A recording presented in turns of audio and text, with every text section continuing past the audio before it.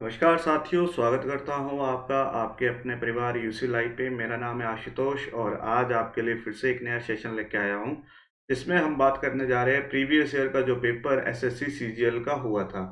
अगर मैं बात करूँ प्रीवियस ईयर का तो नहीं बोल सकते, अभी रिसेंटली जो पेपर हुआ था आपका एसएससी सीजीएल का मेन का, उसी का आज हम थर्ड पार्ट यहाँ पे डिस्कस करने जा रहे हैं। इससे पहले मैंने 2 पेपर आपको ऑलरेडी करवा रखे हैं, तो जिन भी बच्चों ने नहीं देखे जाके ज़रूर देखिएगा। अगर आप चाहते हैं कि इस बार सीजीएल आपको क्वालिफाई करना है तो उन 2 पार्ट को भी ज़रूर देखिएगा।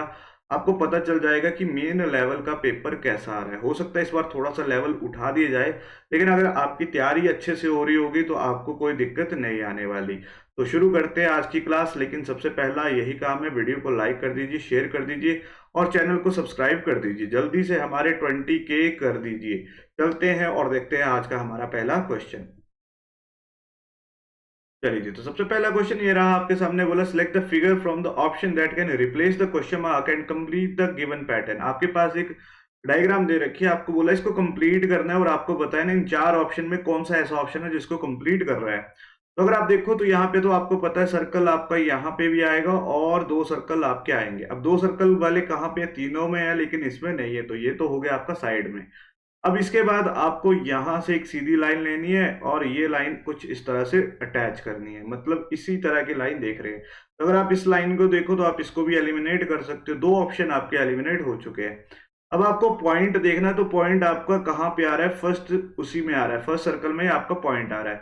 तो यहाँ पे देखो पॉइंट सेकंड सर्कल में, यानी कि इसको एलिमिनेट कर दो तो आपके पास एक ही ऑप्शन बचा, ऑप्शन नंबर बी। वही आपका क्या होगा? राइट आंसर होगा। तो इससे आपका राइट आंसर आ चुका है ऑप्शन नंबर बी। चलते हैं नेक्स्ट क्वेश्चन की तरफ। चलिए जी, बोला if divide mean subtraction, subtraction mean multiply, multiply mean addition, addition mean division.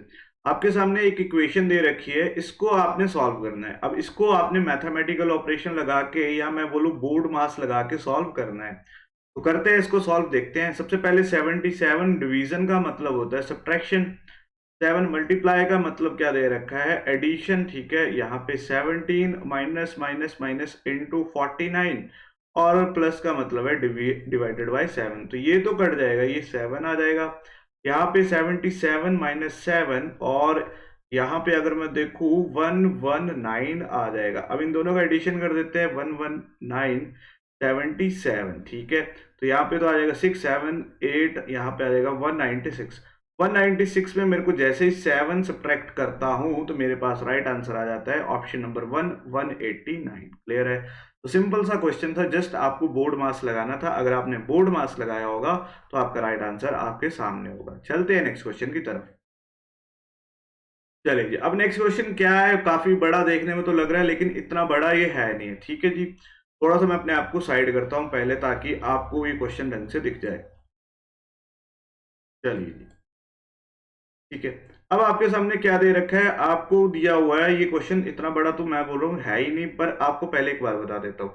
यहां तक सिर्फ कंडीशन ही कंडीशन है इस क्वेश्चन की। यहां तक तो क्या दे रखी है? कंडीशन ही कंडीशन दे रखी है। क्वेश्चन स्टार्ट होता है यहां से, बोला how many people are standing in a row where all people are facing the north. ठीक है, आपको बताना है कितने लोग हैं जो रो में बैठे और सारे के सारे नॉर्थ फेस कर रहे हैं। ठीक है, अब 2 कंडीशन दे रखी है, दोनों में पहले तो एक एक कंडीशन को बनाना है। अगर पहली से आंसर आता तो पहली, दूसरी से आता है दूसरी।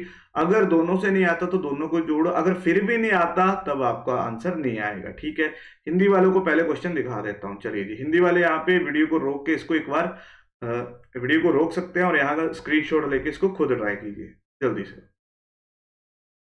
चलिए जी, अब देखते हैं क्या दे रखा है हमारे पास। सबसे पहले मैं पढ़ता हूं तो पहली स्टेटमेंट से बनाने की कोशिश करता हूं, तो इसको यहीं पे बना देता हूं। अब मेरे को यहाँ पे टोटल पर्सन नहीं पता, लेकिन ये पता है सारे के सारे राइट साइड फेस कर रहे हैं, सॉरी नॉर्थ फेस कर रहे हैं। तो राइट और लेफ्ट का तो पता लग गया। बोला A is fourth to the left end, A जो है फोर्थ है लेफ्ट हैंड से, फर्स्ट सेकंड थर्ड फोर्थ, तो ए तो मेरा आ जाएगा यहाँ पे। अब बोला M is second to the right of A से सेकंड राइट पे एम भी आ गया। And R is second from the left hand, R जो है सेकंड है फ्रॉम द लेफ्ट हैंड। अब आप यहाँ पे बता सकते हो कितने टोटल पर्सन है? बिल्कुल नहीं बता सकते, क्योंकि आगे का मेरे को नहीं पता, सिर्फ यहां तक पता है। तो पहली स्टेटमेंट तो मेरा आंसर नहीं दे रही। चलते दूसरी की तरफ। बोला एम इज, अच्छा यहाँ पे पहले मैं लाइन बना देता हूँ ना। फिर से m is fourth from the right hand, fourth from the right hand, first second third fourth, m जो है fourth from the right hand. बोला only two people stand between m and b, इसके और इसके बीच में दो पर्सन है। अब हो सकता है एक दो छोड़ के यहाँ पे आ जाए, एक दो छोड़ के बी यहाँ पे आ जाए, लेकिन यहाँ से भी मैं क्लैरिटी के साथ नहीं बता सकता कितने पर्सन है, तो ये भी फेल हो गया।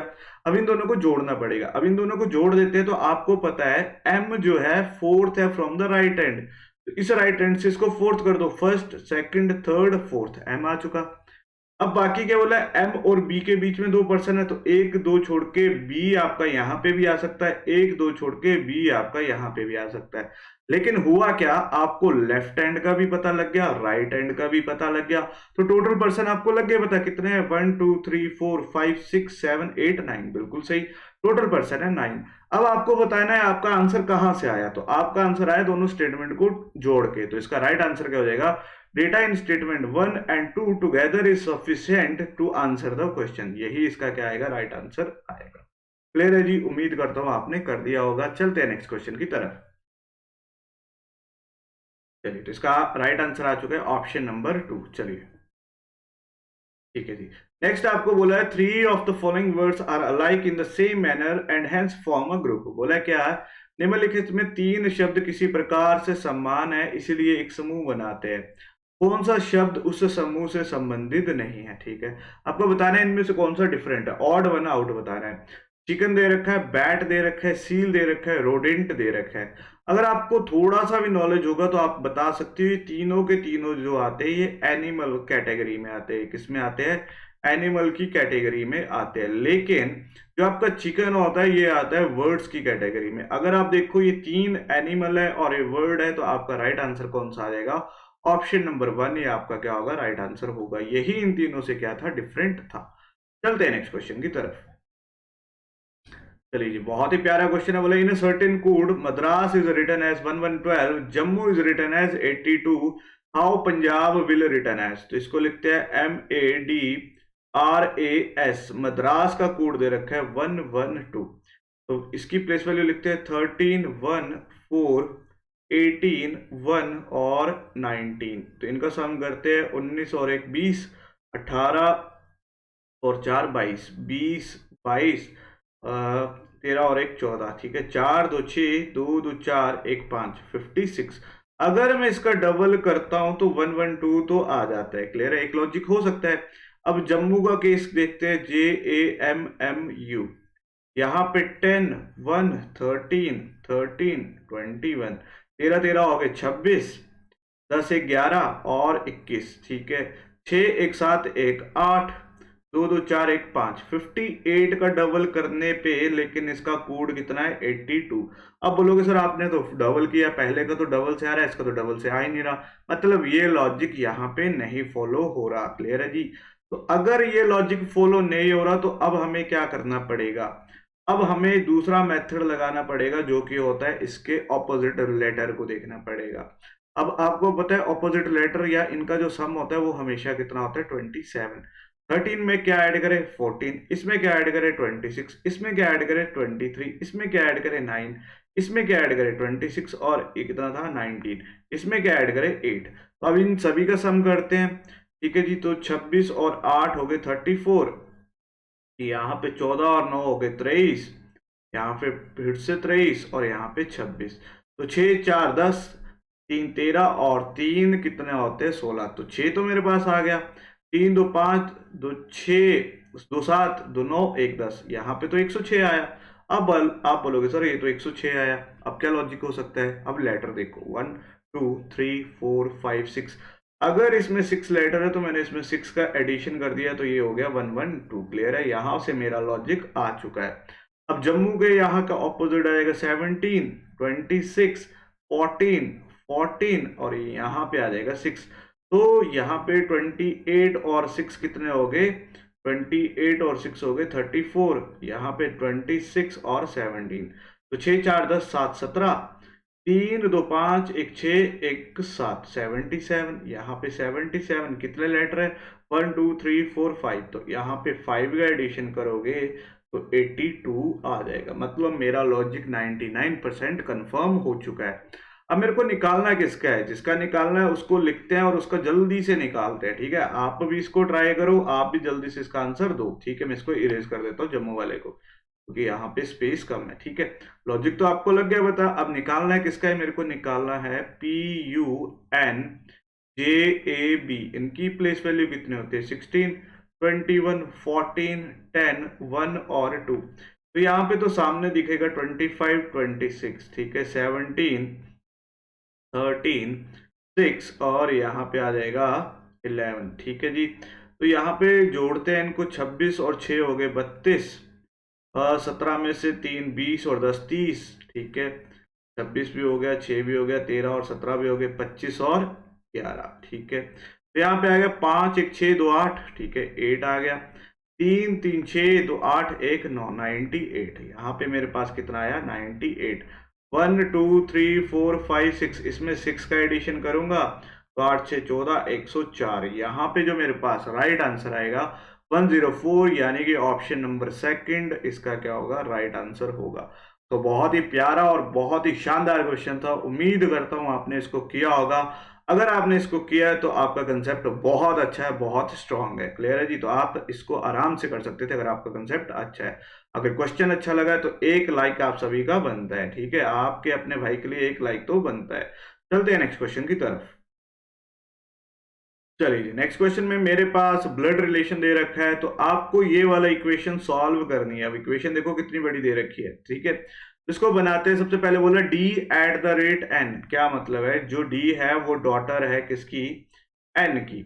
आगे बोला N at the rate H, N फिर से डॉटर आ गई किसकी, एच की। चलिए जी, H dollar Y, H dollar Y, H जो है हस्बैंड है किसका, वाई का, तो वाई क्या होगी, वाइफ होगी। आगे बोला y eight the rate F, y जो है डॉटर है किसकी, f की। चलिए जी, f% b, f जो है डॉट वाइफ है किसकी, f is a wife of a v, ठीक है। तो ये मेरे पास पूरा का पूरा वेन डायग्राम बना। बोला how y related to d, y जो है d का क्या लगता है, तो y की मदर उसकी भी मदर, ठीक है। तो y की मदर उसकी भी क्या है, ये मदर। तो अगर आप ऑप्शन देखो तो यहाँ पे ऑप्शन नंबर 4, मदर्स मदर, माँ की माँ है ये, ठीक है, माँ की माँ दे रखा है। तो ऑप्शन नंबर 4 इसका क्या होगा, राइट आंसर होगा। क्लियर है जी, बहुत ही शानदार। चलते हैं नेक्स्ट क्वेश्चन की तरफ। चलिए, आप सभी को एक चीज बताना चाहता हूँ, जो भी बच्चा एमटीएस का पेपर देना चाहता है उसके लिए यूसी लाइव पे मॉक टेस्ट है, तो आप उसको जाके जरूर दीजिएगा। काफी अच्छे लेवल के टेस्ट है, फ्री ऑफ कॉस्ट है, तो आप उसको जाके जरूर दीजिएगा। चलिए, नेक्स्ट बोला select the number from the given pair that can replace the question mark, ठीक है। नंबर सीरीज का क्वेश्चन है 48 75 108 क्वेश्चन मार्क 192। आपको बताना है यहाँ पे क्या वैल्यू आएगी, ठीक है। तो अगर आप यहाँ पे देखो तो मैंने ऑलरेडी टॉपिक करवाया था, वहां पे मैंने आपको एक चीज सिखाई थी, स्लोप मेथड। अगर आपने देखा होगा तो आपने किया भी होगा। अब यहाँ पे देखो 48 192 मतलब नॉर्मल सा एडिशन सब्ट्रैक्शन है, ठीक है जी। अब 15 में से 8 गए, मेरे पास बचता है 7, 6 में से 4 गए बचे 27, 8 में से 5 गए बचे 3, 10 में से 7 गए बचे 3। अगर आप यहाँ पे देखो तो लॉजिक अभी तक कुछ नहीं आया, लेकिन अगर आप यहाँ पे देखो 6 का एडिशन, तो हो सकता है अगला भी 6 का एडिशन हो। 36 और 33 और 6 कितना, 6 कितना होते हैं 39। 108 में 39 करो, 8 9 17, 3 1 4 और 1 147। 147 ऑप्शन नंबर 2 तो मेरे पास दे रखा है, लेकिन मेरे को कंफर्म करना पड़ेगा। यहाँ पे 39 था, इसमें भी 6 का एडिशन करता हूँ तो 6 का एडिशन करने पे 45 आता है। अगर 147 में 45 करने पे मेरे पास 192 आ जाता है तो मेरा राइट आंसर होगा। 7 5 12 4 4 8 1 9 192, डेफिनेटली यही मेरा क्या है, राइट आंसर है। ऑप्शन नंबर 2 मेरा राइट आंसर आ चुका है। क्लियर है, आपको चेक नहीं करना है, पेपर में चेक करना मेरा काम है, आपका काम नहीं है। आपको जल्दी से एक्यूरेसी के साथ इन क्वेश्चनों का आंसर देना है। चलते हैं नेक्स्ट क्वेश्चन की तरफ। चलिए, नेक्स्ट में बोला select the set in which the number are related in the same way as the number of the following set. आपको एक सेट दे रखा है, आपको इसका रिलेशन ढूंढना है, ठीक है। क्या सेट में रिलेशन है, जैसे आपको दे रखा है 8 1 46, वैसे दूसरा सेट है 9 4 22। तो आपको इनके बीच का रिलेशन देखना है। अगर आप देखो 46, तो आपके कुछ दिमाग में चीज आनी चाहिए। अगर आप 46 देखते हो तो आप बोलोगे सर 46 कुछ जाना पहचाना नंबर है, क्या कर सकते हैं, 8 में 1 सब्ट्रैक्ट करते हो 7, 7 का स्क्वायर कितना होता है 49, उसमें 3 सब्ट्रैक्ट करते हो तो आप बोलोगे 46 आ जाता है। यहाँ पे 22 भी कुछ ऐसा जाना पहचाना नंबर है ना। 9 में 4 माइनस करते हो तो 5, 5 का स्क्वायर कितना होता है 25, 25 में 3 सब्ट्रैक्ट करते हो तो मेरे पास 22 आ जाता है। क्लियर है, लॉजिक तो मेरा आ चुका है। अब मेरे को ऑप्शन चेक करना है, ठीक है। तो पहला देखते हैं 4 2 5। 4 में 2 है, 2 का स्क्वायर कितना होता है 4 होता है, तो यहाँ पे तो 5 है, मतलब पहला लॉजिक यहाँ पे तो नहीं लग रहा। दूसरा देखते हैं 8 5, 8 में 5 गए कितने बच्चे हैं 3, 3 का स्क्वायर करता हूं तो 43 तो नहीं आएगा। 7 3 13, 7 3 13, 7 में 3 कम करा तो 4, 4 का स्क्वायर कितना होता है 16। अब 16 में 3 सब्ट्रैक्ट करूंगा तो 13, यानी कि मेरा राइट आंसर आ चुका है option number C. Option number 3 ही मेरा क्या होगा राइट आंसर होगा, जो लॉजिक फॉलो कर रहा था। उम्मीद करता हूं आपको ये वाला लॉजिक समझ आया होगा। चलते हैं नेक्स्ट क्वेश्चन की तरफ। चलिए जी, नेक्स्ट क्वेश्चन फिर से हमारे पास वही दे रखा है। हिंदी वाले इसका एक बार स्क्रीनशॉट ले लीजिए जल्दी से। ठीक है जी, जल्दी से इसका स्क्रीनशॉट ले लीजिए। चलिए, अब क्या दे रखा है हमारे को, पहले यहां तक तो फालतू की इन्होंने बकवास लिखी हुई है, किसी भी काम की नहीं है, ठीक है। अब हमारे से पूछा गया उसी को देखते हैं। बोला है P Q R S 7 people standing in row facing north, ठीक है। Who standing second to the right of T, बस इतना बताना है, second to the right of T है। तो पहली कंडीशन लेते हैं, 7 पर्सन है, 1 2 3 4 5 6 7।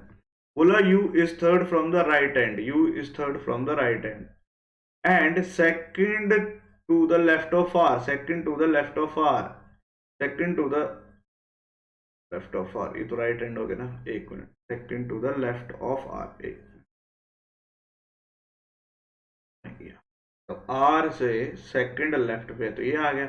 अब यहां से आप बता सकते हो कि टी के सेकंड राइट पे कौन है, नहीं बता सकते, तो दूसरी कंडीशन लिखते हैं 1 2 3 4 5 6 7।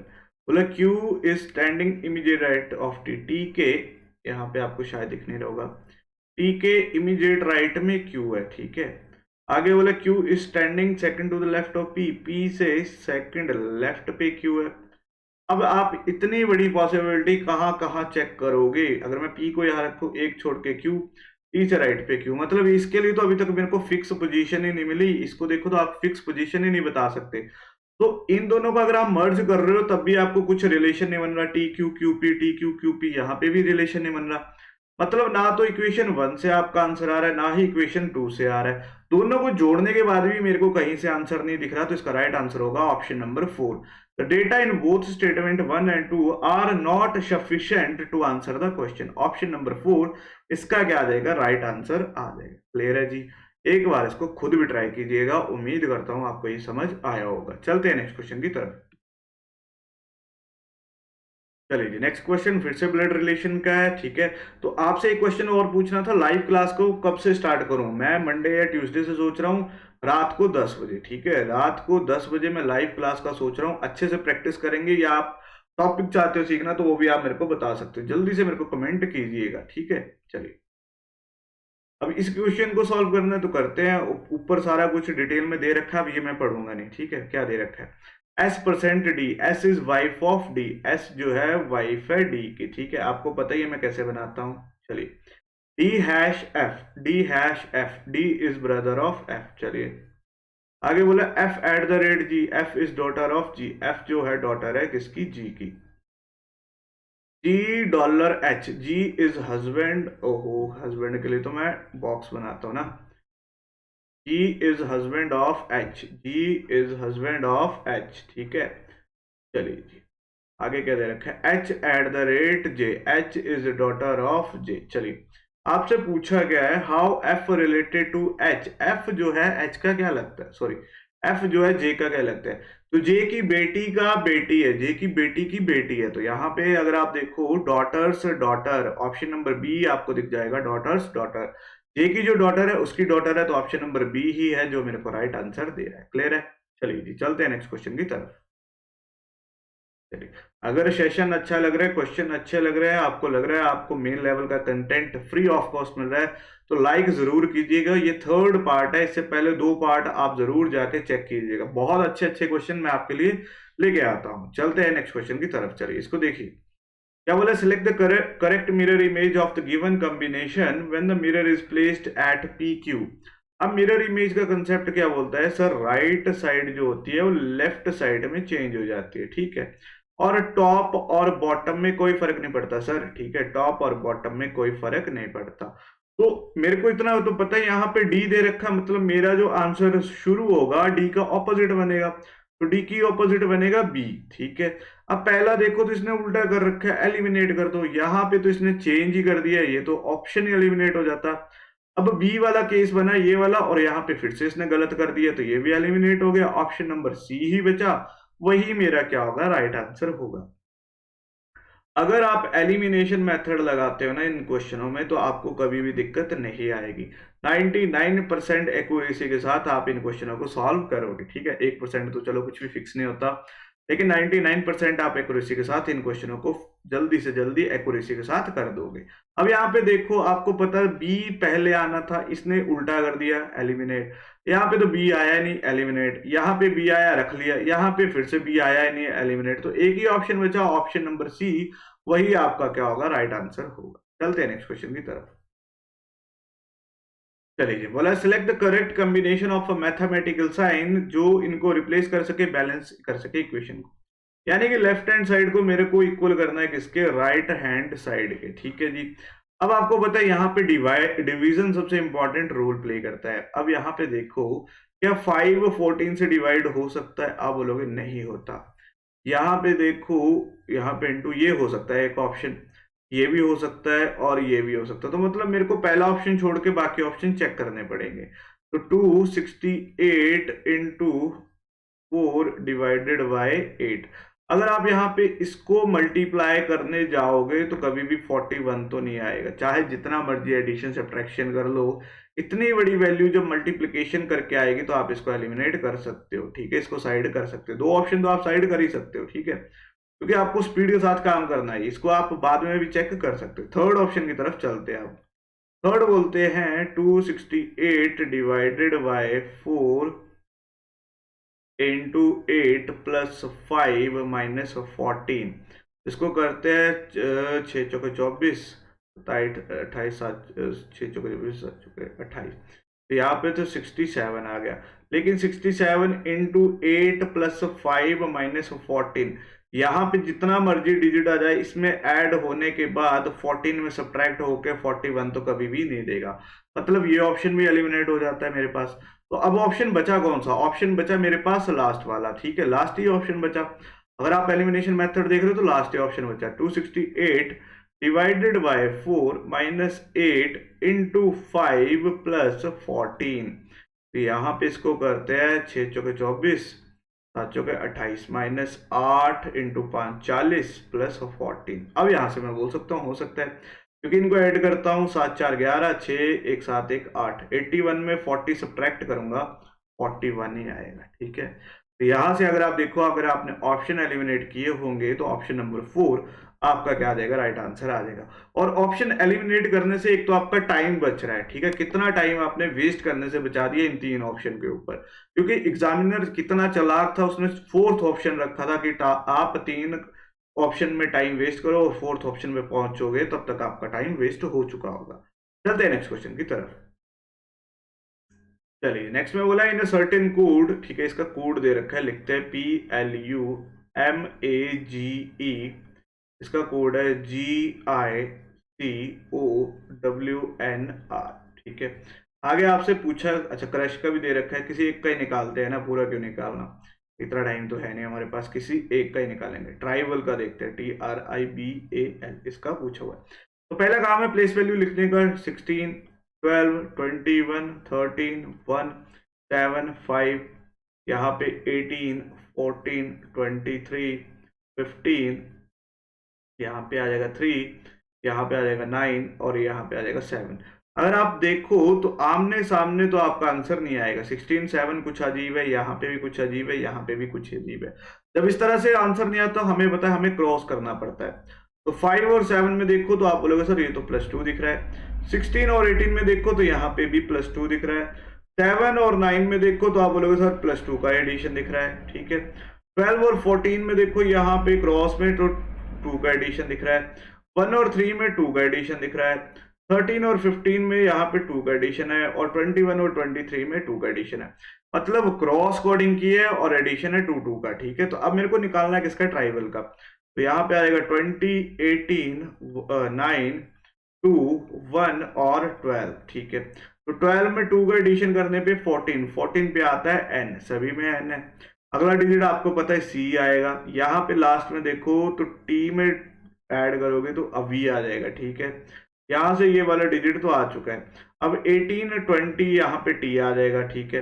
अब देखो ऑप्शन कौन कौन सा एलिमिनेट हो रहा है। अगर आप देखो तो सारे ऑप्शन सेम चले हुए हैं, मतलब मेरे को इसी के बाद नेक्स्ट डिजिट निकालनी है। b की वैल्यू होती है 2, 2 में 2 ऐड करूंगा तो मेरे पास आ जाएगा d। तो ये तो एलिमिनेट हो गया, ये भी एलिमिनेट हो गया, ये दो ऑप्शन बचे। अब 9 में 2 का एडिशन करूंगा तो मेरे पास आ जाएगा k। तो ऑप्शन नंबर 1 ही मेरा क्या होगा, राइट आंसर होगा। क्लियर है। तो इस तरह से आप तो जल्दी से जल्दी और स्पीड के साथ क्वेश्चन को कर सकते हो विद एक्यूरेसी, ठीक है। ऑप्शन के साथ भी खेलना है, एलिमिनेशन मेथड भी लगाना और एक्यूरेसी तो आपकी आ ही जाएगी। चलते हैं नेक्स्ट क्वेश्चन की तरफ। चलिए नेक्स्ट क्वेश्चन हमारे पास एक पजल दे रखी है। क्या बोला है, each of A B C D E F G haves an exam on a different day of a week starting from a Monday ending on a Sunday, ठीक है। तो मैं बना लेता हूँ Monday, Tuesday, Wednesday, Thursday, Friday, Saturday, Sunday. चलिए जी, आप भी इसको साथ साथ में सॉल्व कीजिएगा, ठीक है, क्योंकि जो जीडी का पेपर देने जा रहे हैं उसको भी इस तरह के क्वेश्चन देखने को मिलते हैं ना। चलिए जी, अब यहाँ पे कंडीशन लिख लेते हैं। क्या बोला हुआ है, सबसे पहले जो बात की है उसी को लिखेंगे। क्या बोला, A has exam on Wednesday, A का एग्जाम कब है, वेडनेसडे को है, ठीक है। बोला only one person has exam between A and B, A और बी के बीच में सिर्फ एक ही पर्सन है। तो अब ए और बी के बीच में दो कंडीशन बनती है, एक छोड़ के बी, एक छोड़ के बी, दो कंडीशन बना ली। बोला only one person has exam between F and B, F और बी के बीच में भी एक ही पर्सन है। चलिए जी, एक मिनट, एक में कंडीशन छूट गया क्या, ये वाली। D has exam on the day immediately before B, B से एकदम पहले किसका एग्जाम है, डी का। तो इसमें देखो तो यहाँ पे तो प्लेस बचा है नहीं, तो प्लेस बचा यहाँ पे कौन था, डी था, ठीक है। अब एफ और बी के बीच में एक है तो एफ तो यहाँ पे आ नहीं सकता, एक छोड़ के एफ मेरा यहीं पे आएगा। आगे क्या बोला हुआ है, G's exam is one of the day before A, G का एग्जाम है ए से पहले, ए से पहले किसका एग्जाम है, जी का। And one of the day after C, मतलब जी किसका एग्जाम के बाद है, सी के एग्जाम के बाद है। इस कंडीशन को मैं दोबारा लिखता हूँ, ठीक है, यहाँ पे आपको दिख नहीं रहा होगा। बोला क्या था इसने कि जो आपका जी है उसका एग्जाम पहले है किससे, ए से और सी के बाद में। एक मिनट, क्या कर रहा हूं, ठीक है। ए से पहले आपका जी का एग्जाम है और जी से पहले किसका है, सी का। तो आपको पता है ए तो आपके पास दे रखा है, ए से पहले जी, जी से पहले सी। अब आपके पास पूरी की पूरी कंडीशन सेट हो चुकी, एक पर्सन बचा है ई, वो आ जाएगा यहाँ पे। अब आपसे पूछा गया है, ठीक है, आपसे जो पूछा है उसको देखते हैं। बोला on which day G has exam, G का कौन से दिन एग्जाम है। तो आप देखो Tuesday, option number second Tuesday आपका क्या आ जाएगा, राइट आंसर। क्लियर है जी, सिंपल सा क्वेश्चन था। अगर आपको थोड़ा सा लॉजिक आता हो, थोड़ी सी कंडीशन लिखने आती हो, जैसे मैंने सॉल्व किया, एक ही दो पॉसिबिलिटी बनाने आती है, तो आप आराम से कर सकते थे। चलते हैं नेक्स्ट की तरफ। चलिए नेक्स्ट आ रखा है पेपर फोल्डिंग का क्वेश्चन। बोला the sequence of folding a paper piece and manner in which, ठीक है। आपको बोला एक पेपर अनफोल्ड करना है। अब आपको पता है अनफोल्ड के लिए क्या होता है, मिरर इमेज बनानी होती है। तो इसकी मिरर इमेज क्या आएगी, सबसे पहले तो ये सर्कल आएगा, ठीक है। अब यहाँ पे जो बनेगा वो क्या बनेगा, इस तरह से ये बनेगा। यहाँ पे अगर आप देखो सर्कल बनेगा तो इस तरह से ये बनेगा। अब जहां जहां पे ये है इसको देखो, इसको तो एलिमिनेट कर सकते हो, ये तो एलिमिनेट हो गया। अब इसी के बाद इसी की जो होगी आगे फर्दर यहाँ पे मिरर इमेज बनेगी।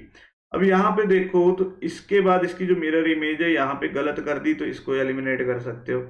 यहाँ पे अब ये दो ऑप्शन बचे और ये दो ऑप्शन बचे।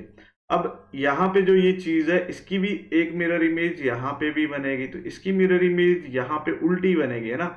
तो ये कैसे होगा, ऐसे ऐसे को ऐसा होगा, ठीक है। लेकिन यहाँ पे देखो तो इन्होंने इसको उल्टा कर दिया, तो ये भी एलिमिनेट हो गया।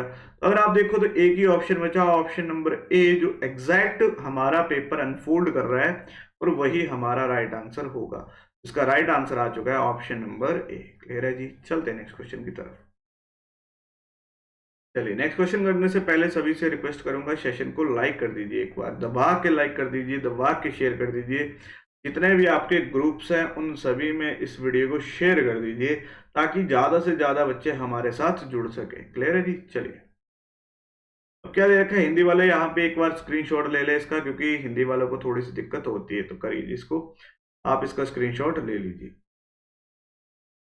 क्या बोला है, सिंस द पास्ट 3 ईयर, पिछले 3 सालों से state M has reported a sharp substantial decline in the state agriculture produce, मतलब कुछ एग्रीकल्चर है उसमें इनकी स्टेट एम में क्या आ रहा है, डिक्रीज आ रहा है, ठीक है। आगे बोला है इन द लास्ट 5 ईयर, अभी पहले 3 साल की थी, अब 5 साल की बात होगी। There has been increase in overall rainfall by 6% in state M, bringing respite to the farmers, ठीक है। हिंदी वाले भी देख लेते क्या बोला है, पिछले 3 वर्षों से राज्य में एम में तेज और परिवर्तन प्राप्त गिरावट दर्ज की गई, पिछले 5 वर्षों में समग्र औसत की वृद्धि से किसान को राहत ला रहा है। अब देखो दोनों अलग अलग चीजें बता रहे हैं, मतलब एवरेज इंक्रीज हुआ है बारिश का, उससे उनको क्या आ रहा है, एक तरफ बोला राहत आ रहा है, दूसरी तरफ बोल रहा है कि पिछले कुछ सालों से प्रोड्यूसर एग्रीकल्चर प्रोडक्शन क्या हो रही है, डिक्रीज हो रही है। अगर आप देखो तो दोनों ही अलग अलग है, एक दूसरे से क्या है, ये बिल्कुल ही अलग है। अगर दोनों ही अलग है तो ये दोनों क्या है, एक दूसरा किसी चीज का कॉज है, एग्रीकल्चर प्रोडक्शन, और ये दोनों क्या है, किसी चीज का कॉज है। तो यहाँ पे आप बोल सकते हो ऑप्शन 1 और 2 जो है किसी कॉज का इंडिपेंडेंट इफेक्ट है। क्लियर है, तो इसका राइट आंसर आ जाएगा ऑप्शन नंबर 4। चलिए जी, चलते हैं नेक्स्ट क्वेश्चन की तरफ। चलिए, तो ये नेक्स्ट क्वेश्चन हमारे पास सेम क्वेश्चन है, क्या बोला है, statement is given followed by 2 interferences, ठीक है। इंटरफेरेंसेस दे रखी हैं, you have to consider the statement to be true, आपको तो जो भी दिया होगा आपको जस्ट वो क्या मानना है, ट्रू है। चाहे वो बोल दे कि जहर खाने से कुछ नहीं होता, तब भी आपको क्या मानना है, ट्रू है, क्योंकि उसने दिया है तो मतलब डेफिनेटली ट्रू होगा। अब आपको उसी से डिसाइड करना है इंटरफेरेंस कि आप क्या इसको डिसाइड करते हो। वैसे तो ये टॉपिक बहुत बड़ा है, उम्मीद करता हूँ आपको आता होगा कि इसको एक तरह से हम क्रिटिकल रीजनिंग बोलते हैं। काफी बड़ा टॉपिक है, वैसे ये बैंकिंग लेवल में ज्यादा आता था, लेकिन मैं देख रहा हूँ आपका जो सीजीएल का मेन हुआ है उसमें इससे भी क्वेश्चन आए हुए हैं। तो अगर आप चाहते हो इसको सीखें तो इसको पहले पढ़ना पड़ेगा, तो अगर आपको आता होगा तो आप करना, नहीं आता तो अभी आप सीखते चलिए, ठीक है। बोला कि many student are addicted to mobile games and this lead to poor academic performance, मतलब बहुत सारे बच्चे जो है मोबाइल गेम्स खेल रहे हैं और इसकी वजह से उनकी परफॉर्मेंस पे असर पड़ रहा है। आप क्या बोल सकते हैं, आपको कंक्लूजन नहीं ड्रॉ करना, यहाँ पे उसने कंक्लूजन नहीं बोला है, बस ये बोला हुआ है, इंटरफेरेंस बोली हुई है। अब यहाँ पे देखो बोला many student are not paying attention to studies due to mobile games, बिल्कुल सही है, वो मोबाइल गेम में लगे रहते हैं और उसकी वजह से गेम्स नहीं खेल रहे, यही बात वो बोलना चाहता है, यही बात उसने यहाँ पे बोली, वही बात उसने यहाँ पे बोली। लेकिन यहाँ पे बोला it is only because of mobile game that student fail in the examination, ये तो आपका कंक्लूजन आ गया। आपसे कंक्लूजन नहीं पूछा, इंटरफेरेंस पूछी है, ठीक है। तो यहाँ पे अगर आपसे कंक्लूजन पूछा होता तब आपका सेकंड आंसर होता, लेकिन उसने कंक्लूजन नहीं पूछा आपसे, बस यही चीज उसने पूछी है, तो इसका राइट आंसर क्या हो जाएगा, ऑप्शन नंबर 1। तो अगर आप देखो तो ऑप्शन नंबर 4 यानी कि ओनली 1 फॉलो यहाँ पे राइट आंसर होगा। क्लियर है जी। अगर आपको ये टॉपिक नहीं आता तो आप मेरे को कमेंट बॉक्स में बता दीजिएगा, मैं किसी दिन आपको ये टॉपिक करवा दूंगा, ठीक है, क्योंकि बहुत बड़ा टॉपिक है, इसको करने के लिए हमें 4-5 क्लासेस लेनी पड़ेंगी और तभी आपको पता चलेगा कंक्लूजन में और इन दोनों में क्या डिफरेंस होता है, आगे इसको कैसे करेंगे, क्या करेंगे, कैसे इन चीजों को चेक किया जाता है, ठीक है जी। चलते हैं नेक्स्ट क्वेश्चन की तरफ। चलिए, नेक्स्ट क्वेश्चन में आपके पास एक इमेज दे रखी है और पहली लाइन बोली है रोटेशन इज नॉट अलाउड। आपको बताना है आप ये कहाँ से ड्रॉ कर सकते हो, ये जो इमेज दे रखी है कहाँ पे ड्रॉ कर सकते हो। तो अगर आप देखो तो ये तो सिंपल सा है, यहाँ से कहीं पे भी नहीं मिलेगी, यहाँ पे भी नहीं मिलेगी, यहाँ से भी नहीं मिलेगी, यहाँ पे मिल चुकी है, कैसे, ये देखो, ये और ये यहां से मिल चुकी है, तो आप बोलोगे सर एक ही ऑप्शन है और वही ऑप्शन हमारा क्या होगा, राइट आंसर होगा, ऑप्शन नंबर ए आपका क्या आ जाएगा, राइट आंसर आ जाएगा। चलिए चलते हैं नेक्स्ट क्वेश्चन की तरफ। ठीक है, नेक्स्ट क्वेश्चन में आपको दे रखा है लेटर दे रखे हैं, उनके बीच में कुछ गैप दे रखा है, ब्लैंक्स दे रखे हैं, आपको ये पूरा फिल करना है। तो मैंने बोला था आपको पहले काउंट करने होते, काउंट करते हैं 1 2 3 4 5 6 7 8 9 10 11 12 13 14 15 16 18 19 20 21 1 2 3 4 5 6 7 8 16 17 18 19 20 20 है, तो 20 का पेयर कितने का बनता है? 5 का पेयर बनता है। बनाते हैं 1 2 3 4 5 1 2 3 4 5 1 2 3 4 5।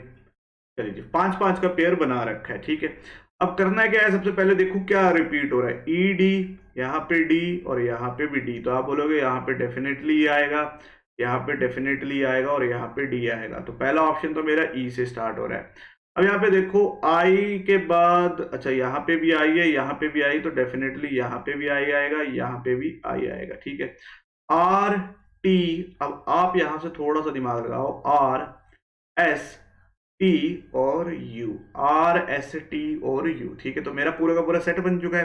पहला आया ई, फिर आया आई, फिर आया एस और आया आई। तो यहाँ पे अगर आप देखो तो ये भी एलिमिनेट, ये भी एलिमिनेट। इसके बाद आया ई, फिर आया यू और लास्ट में आया डी। तो यहाँ पे ई है, मतलब ये भी एलिमिनेट। ऑप्शन नंबर 1 मेरा क्या होगा? राइट आंसर होगा। ऑप्शन नंबर 1 यहाँ पे मेरे पास राइट आंसर आ चुका है। चलते हैं नेक्स्ट क्वेश्चन की तरफ। चलिए, बोला given table are the number code of the given letter, select the combination to form a logical meaningful word. आपको मीनिंगफुल वर्ड बताना है। अगर आप देखो तो ये तो बहुत ही हलवे जैसा क्वेश्चन है, मतलब हल्का सा क्वेश्चन दे रखा है। आप इसको एक बार थोड़ा सा ध्यान से देख लो, आप बोलोगे सर यहाँ पे तो मेरे को पता है क्या बन रहा है, पेंसिल बन रही है। क्या बन रही है? पेंसिल। पी की वैल्यू होती है 2, ई की वैल्यू होती है मेरे पास 4। 2 4 से देखो कौन कौन सा ऑप्शन स्टार्ट हो रहा है, ये हो रहा है। चलिए जी, एन की वैल्यू होती है 6। ठीक है जी, सी की वैल्यू कितनी होती है? 3 होती है। और आई की वैल्यू मेरे पास 5 और एल की वैल्यू मेरे पास 1। तो यहाँ पे यही ऑप्शन है, ऑप्शन नंबर 3 आपका क्या होगा? राइट आंसर होगा। बहुत ही सिंपल सा क्वेश्चन था, देख सकते हो मेन लेवल में इस तरह का भी क्वेश्चन आपको देखने को मिलेगा। चलते हैं नेक्स्ट क्वेश्चन की तरफ। चलिए, नेक्स्ट आ रखा है मैथमेटिकल बोल रहा हूँ, इनइक्वालिटी का क्वेश्चन। आपको ये बताना है कौन सा कंक्लूजन ट्रू है। अब a is greater then z, अगर आप देखो z जो है f से ग्रेटर है और f इज ग्रेटर है और इक्वल है a से, लेकिन आपसे पूछा है उल्टा, तो ये तो डेफिनेटली फॉल्स हो जाएगा। बोला f is greater then g, f a से बड़ा है और a के इक्वल है। तो देखते हैं यहाँ पे f इज ग्रेटर देन तो हो सकता है, लेकिन यहाँ पे इक्वल की वजह से मैं ट्रू नहीं बोल सकता। ठीक है, यहाँ पे जो है अगर ऐसे लिखा होता ना f is greater than equals to g, तब मैं डेफिनेटली ट्रू बोल सकता था। लेकिन इन्होंने सीधा पूछा है ग्रेटर। इतना तो मेरे को पता है f जो है a से ग्रेटर है, लेकिन ये सारे a के इक्वल है और इक्वल है, तो यहाँ पे भी मैं इसको ट्रू नहीं कर सकता। तो मेरा राइट आंसर आ जाएगा नाइदर कंक्लूजन 1 और 2 फॉलो। ऑप्शन नंबर 4 यहाँ पे मेरे पास क्या होगा? राइट आंसर होगा। चलिए नेक्स्ट में मेरे पास बोला है ए इज रिलेटेड टू बी, जैसे ए का रिलेशन बी के साथ है, आपको सी का रिलेशन ढूंढ के डी बताना है। अब यहाँ पे देखो तो अगर आप देखो एरो जो हो रहा है ये रोटेट हो रहा है कहाँ पे? 45 डिग्री बोल सकता है ना, राइट साइड में। तो यहाँ पे ये वाला भी रोटेट होके यहीं पे आएगा। तो पहले चेक करो कहाँ पे है। तो ऑप्शन आपके पास बचे कौन कौन से? एक ऑप्शन बचा है ये और एक ऑप्शन बचा है ये। अब आप देख सकते हो आपका आंसर क्या आएगा। जैसे ही 1 मिनट कहा था, इसने रोटेशन चेंज की, इसका लास्ट का डिजिट चेंज हो गया। तो यहाँ पे भी इसका जो लास्ट का डिजिट है चेंज हो जाएगा। तो यही इसका क्या होगा? आंसर होगा। ऑप्शन नंबर डी इसका क्या आ जाएगा? राइट आंसर आ जाएगा। क्लियर है? छोटा सा हिंट ढूंढना था, अगर आपने ढूंढा होगा तो आप आराम से कर सकते थे। चलिए नेक्स्ट क्वेश्चन की तरफ चलते हैं। बोला देयर आर 4 फ्रेंड्स, मेरे बोला 4 मित्र हैं, A B C D standing in straight line, straight line में खड़े हैं। अब अच्छा, ये ऑर्डर और रैंकिंग क्या है? बोला A and B are ahead of at least 1 person, B stand between C and D. 4 person है, 1 2 3 4। ठीक है, चलिए बोला ए और बी कम से कम एक बंदे से तो आगे होने चाहिए, मतलब इनके बाद कम से कम एक बंदा तो आना चाहिए। कम से कम का मतलब होता है एक से ज्यादा भी आ सकते हैं, जरूरी नहीं है एक ही आना, मतलब एक तो आना चाहिए, एक से ज्यादा भी हो सकते हैं। अब बोला B is between C and D, B जो है किसके किसके बीच में? सी और डी के। आगे बोला D does not last, D यहाँ पे नहीं आ सकता। ठीक है, आपको पता है सी और डी तो आएंगे आएंगे। और एक कंडीशन बोलिए ए और बी कम से कम एक बंदे से आगे आने चाहिए, मतलब ए भी यहाँ पे नहीं आ सकता। अगर मैं बी को और सी और डी को यहाँ रखता तो ए तो यहाँ पे आ ही नहीं सकता। अब मेरे को डेफिनेटली पता है कि अगर मेरा डी यहाँ पे नहीं आएगा, सी आ सकता है, बी आ सकता है, डी आ सकता है, क्लियर है। और ए के लिए एक ही जगह बची ये वाली, और यही मेरा क्या होगा, राइट आंसर होगा, क्लियर है। आपसे पूछा हु स्टैंड फर्स्ट, फर्स्ट कौन खड़ा है, तो फर्स्ट आपका ए है, तो ऑप्शन नंबर 1 ये आपका क्या आ जाएगा, राइट आंसर आ जाएगा। तो यहाँ पे राइट आंसर आ चुका है ऑप्शन नंबर 1। एक बार इसको खुद भी ट्राई कीजिएगा, अच्छा क्वेश्चन लगा मेरे को, एक बार ट्राई कीजिएगा। चलते हैं नेक्स्ट की तरफ। चलिए फिर से वही है, select the figure that will come in place of question mark. ठीक है, पहले स्टडी करना हो क्या रहा है। तो ये जो पोजीशन है, ये डॉट लाइन यहाँ पे मूव करती है तो 2 डॉटेड लाइन आ गई, ये 2 ऑलरेडी थे, यहाँ पे मूव किया तो 2 इसके साथ आ गए। अब यहां से वापस गया तो 3 थे, 2 और आ गए, डेफिनेटली ट्रू है। अब ये वाला मूव करेगा, कहां को मूव करेगा, यहाँ पे 4 थे तो 2 और आ जाएंगे तो 6 हो जाएगा, तो ये भी एलिमिनेट, ये भी एलिमिनेट, ये भी, ये बचा ऑप्शन नंबर डी। आंख बंद करके आप अपना आंसर दे सकते हो, क्लियर है जी। ये था मेरा राइट आंसर। चलिए जी, तो ये थे आज के मेरे पास कुछ क्वेश्चन। इसमें तो थोड़े से क्वेश्चन छूट गए हैं क्योंकि थोड़ा सा उनको कॉपी करने में कॉपीराइट का इशू आ जाता है, क्लियर है जी। आप तो समझ सकते होंगे, ठीक है। अगर आपके पास पेपर है तो आप टेलीग्राम पे मुझे जरूर भेजिएगा, मैं वहां से क्वेश्चन उठा लूंगा। तो ये थे आज के अराउंड 25 या 26 क्वेश्चन होंगे, ठीक है। वैसे तो आपको 30 क्वेश्चन आते हैं, तो 25 या 26 भी आपने किए और सभी के सभी आपने आंसर दिए, तो आप एक अच्छा स्कोर कर सकते हो। तो ये लेवल है। उम्मीद करता हूँ आपको आज की वीडियो अच्छी लगी होगी। अगर आज की वीडियो अच्छी लगी तो एक लाइक आपके भाई के लिए बनता है, शेयर भी बनता है, और चैनल को सब्सक्राइब भी करना है। लाल घंटी को दबा दीजिए, जम के दबा दीजिए। मिलते हैं बहुत जल्द नेक्स्ट सेशन में, तब तक के लिए धन्यवाद और पढ़ाई करते रहिए।